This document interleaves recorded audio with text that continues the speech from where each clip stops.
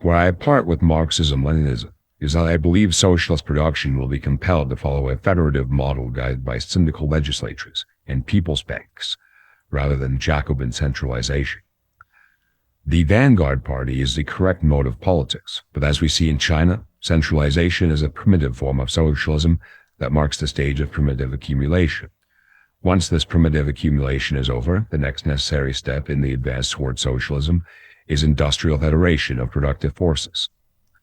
Thus, proletarian socialism will be the synthesis of property and communism, where the collectivist regime of Marx, which describes the lower stages of communism, will reign, and the higher stages of communism will be a sort of myth that guides society. This doesn't mean the higher stage of communism is fake, just that it acts as a sort of hyperstition that may or may not result in its realization.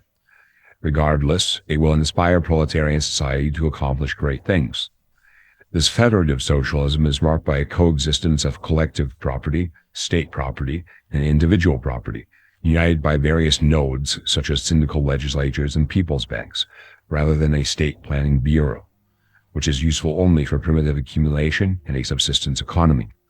A modern economy is marked by the development of new needs, which give rise to light industry, software development, and individual or family workshops. These are things that can't be centralized into the state as metallurgy or resource extraction can.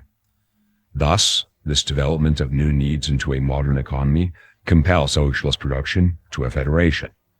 Under this mutual collectivist regime of socialist production, profit-making will in the first instance guide the syndicates in production until the advancement of cybernetics and machine learning, where profit-making is subsumed by cybernetic feedback loops.